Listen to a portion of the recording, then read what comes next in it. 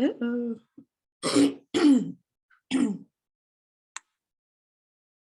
Oh, good morning.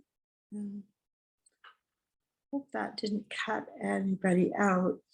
My computer shut off, or my internet shut off. I had to restart. Anyway, here we are. This is day 14. And I haven't used my voice very much yet this morning. In fact, I kind of slept in a little bit longer than normal and cut myself a little bit short on doing my gratitudes. Anyway, this is oil time. Rose oil. Mm.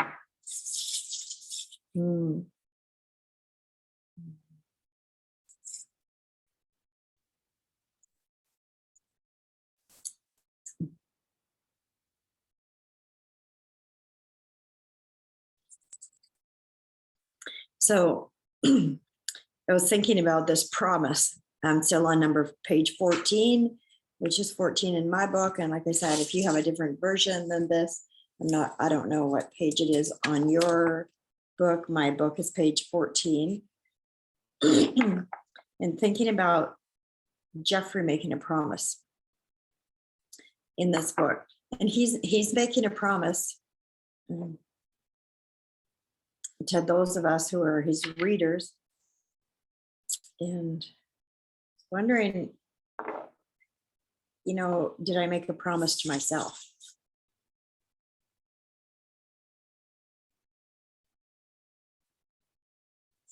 Did I make a promise to myself? And so what's the promise that I made to myself? Right in the very beginning, it said that this book is about how I dedicate myself to the way I think.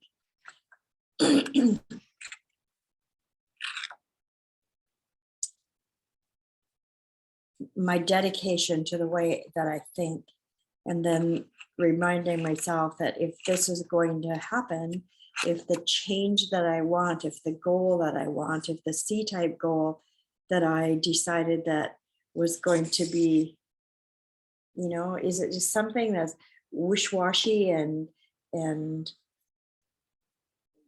kind of like what, I remember my mom used to say, like that's a pipe dream. We used to call it a pipe dream. I have no idea where that saying came from. Should look it up and find it out because it sounds ridiculous. But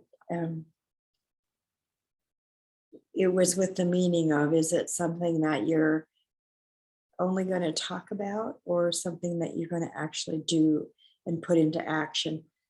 And so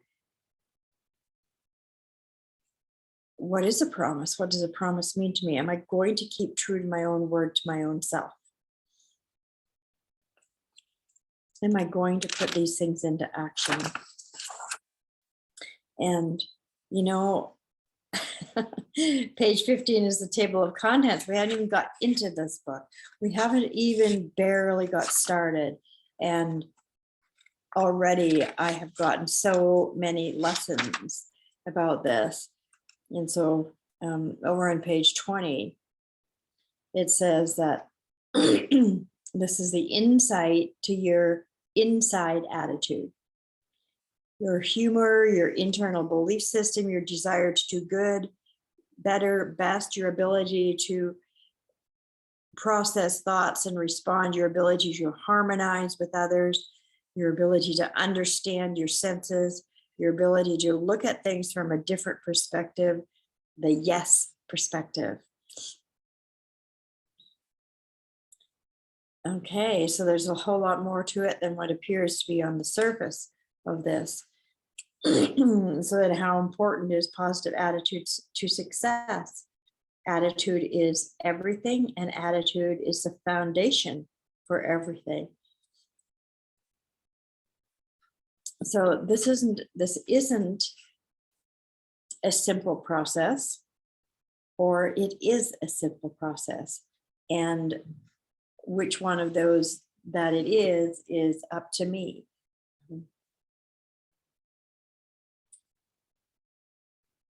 It's comprised of, so attitude is everything, and it's the foundation of everything. So I can make it simple or I can make it difficult. It's really up to me. I guess it's that same saying, that same phrase, if it's going to be, it's up to me. And that it's my responsibility to do my work. And it's not dependent on the day. It's not dependent on the situation. So yesterday we were attempting to winterize, catch up on the winterizing and beat the snow that's supposed to be coming today. And ended up being late last night, getting some things done. So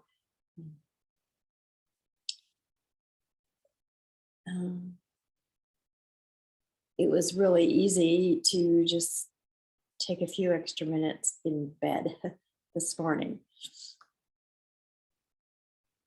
And also our furnace, one of our boilers went down last evening. And so the house is quite cool this morning. And all of those things could be used as excuses not to, they're little things. We make a big thing. It's so funny. I was digging my potatoes in the last few days, and so I was thinking of, is it big potatoes or small potatoes? Am I going to make it big potatoes or small potatoes? And it was fun sorting the potatoes and thinking about, okay, so what is my attitude? Am I making these situations big potatoes? Or am I making them little potatoes? And it's all in the attitude. I love that story. I love that story of small potatoes or a big potato story. It's really, what am I putting my attention on? Am I putting my attention on what's working or what's not working?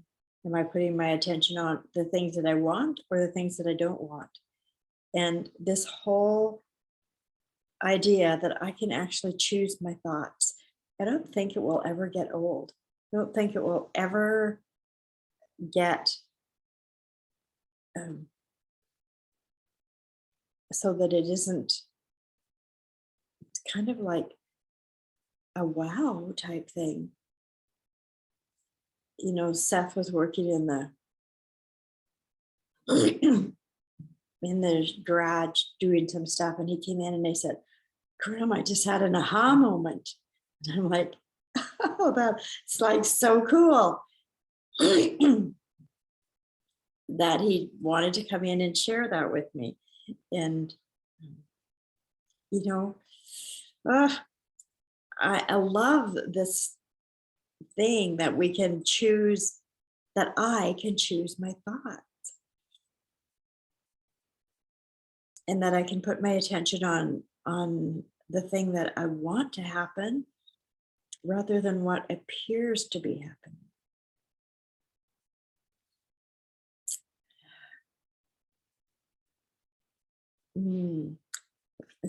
So good. So where does positive attitude come from?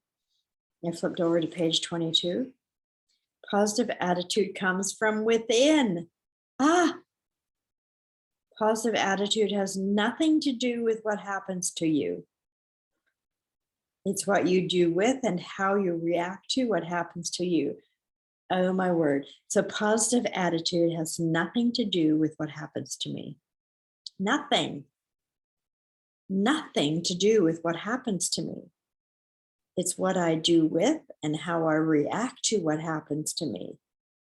Ooh, wonder how many times I'm going to have to tell myself this over and over and over.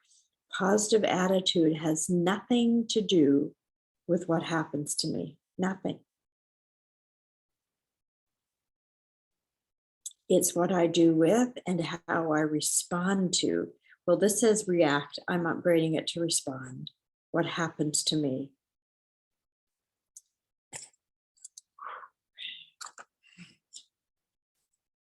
Really? Really? So what about when something unexpected happens or when something seemingly bad happens?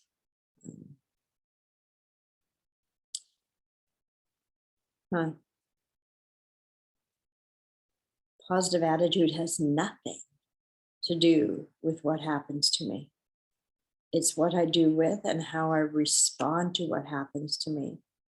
Positive attitude comes from my ability to process thoughts in a positive way, regardless of the circumstance. And it's never 100%. That's why, in spite of my determination to be positive at every moment, I'll have highs and lows based on my thought process and my vulnerability to others. Here's the good news. The more I work on my attitude, the less vulnerable I become to the negative aspect of it. Back to the law of opposites, that you can't have one without the other.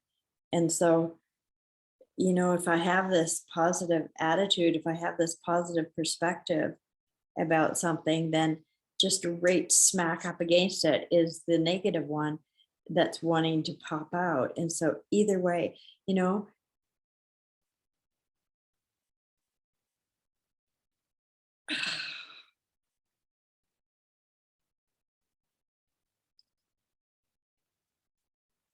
just have this thought. So here's this paper here, and it's a paper with an appointment on it for Ben for the hospital. So on this side is the doctor thing. What if we write on this side? It's paper thin, like, if I hold it right, you almost can't even see that it's there. It doesn't blur your vision, doesn't anything. It's just like, that's how close the negative is to the positive. That's how close. And so I could write out any scenario I wanted on one side and on the other side. And it's that flip side all the time of, that's what he's saying here. That's why, in spite of my determination to be positive at every moment, I'll have highs and lows based on my thought process and my vulnerability to others. The more I work on my attitude, the less vulnerable I'll become to the negative aspect of it. The most interesting aspect of attitude is that instant only applies to the negative part. Someone can make you angry. No, they can't. In a second, and it can take years to achieve the positive. What if it didn't? Positive attitude comes from my own thought process combined with my determination to stay in the right frame of mind. It ain't easy to get there, and it's worth it once you do. So here I have found that in practicing this, that instant also applies to positive. And the more I do it, the more I apply it, the more I focus on it, the more I put my attention there, the easier it is to flip in an instant.